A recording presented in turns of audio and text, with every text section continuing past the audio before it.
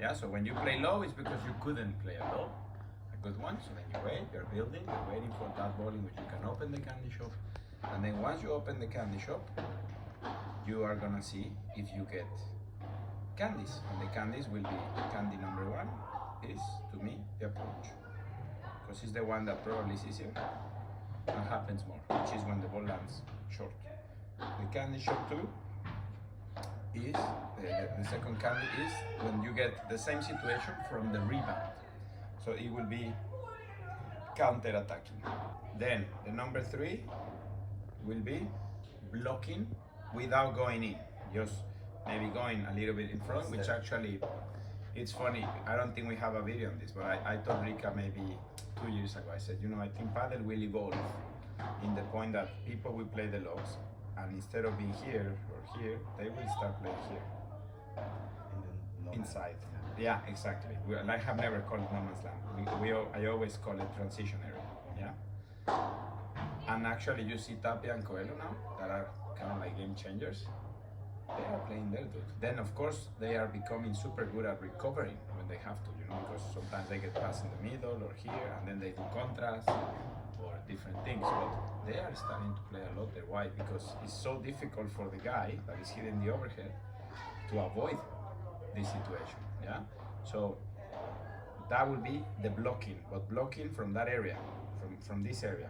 That's for example, for players that don't play a too aggressive bandeja, but they keep you back, which is a good player, the guy that does that. Then you have to say, okay, you are keeping me back with that potato shot, so now I'm gonna go in a little bit in and block it. Why a little bit in? Because if the guy is smart enough to play away from you, you still have time to recover the ball. Yeah.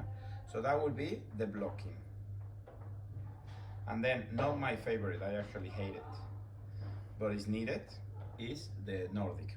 We call it the Nordic play, because since I've been teaching in the Nordics for a long time, it's the only play they do. They play low and they go.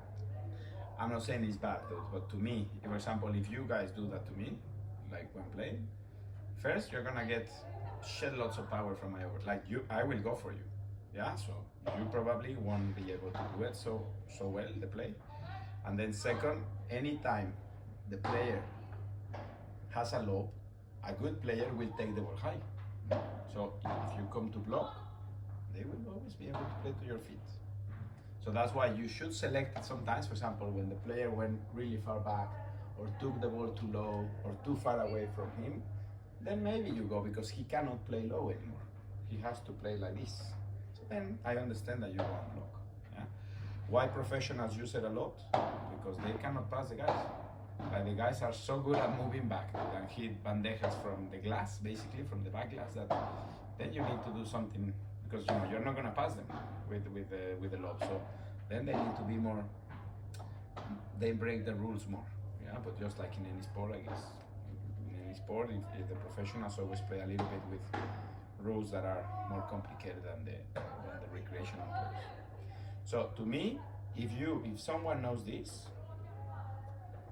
they can play amazing PADEL, and if we are more specific, defensive PADEL.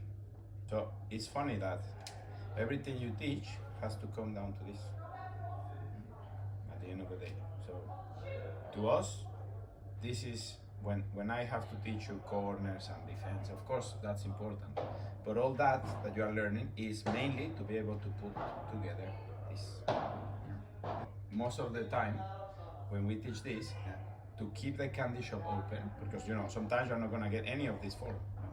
So if Rika plays a good bandeja, you need to continue. Yeah. I mean, if you get to choose, keep the candy shop open. Yeah. Keep it open.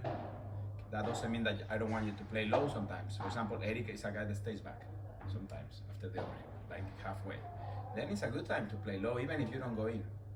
Yeah, but this is the thing, people. It's very defensive, but because you are cooking something, you are preparing something. Yeah. But seriously, sometimes to reach a next level, you need to sit down and understand something. Like understand this. Like this conversation, man, is probably the most important thing than me teaching you the corners or tilt the racket. That's also important, but this to me is extremely important, and people don't take the time. They rather go, all right, let's go, let's play some. You understand? Like Yeah, I to understand me, fully. it's silly. And what I like is that when you understand this, it's so different to go on court because you have a plan. Like your head is busy with these things.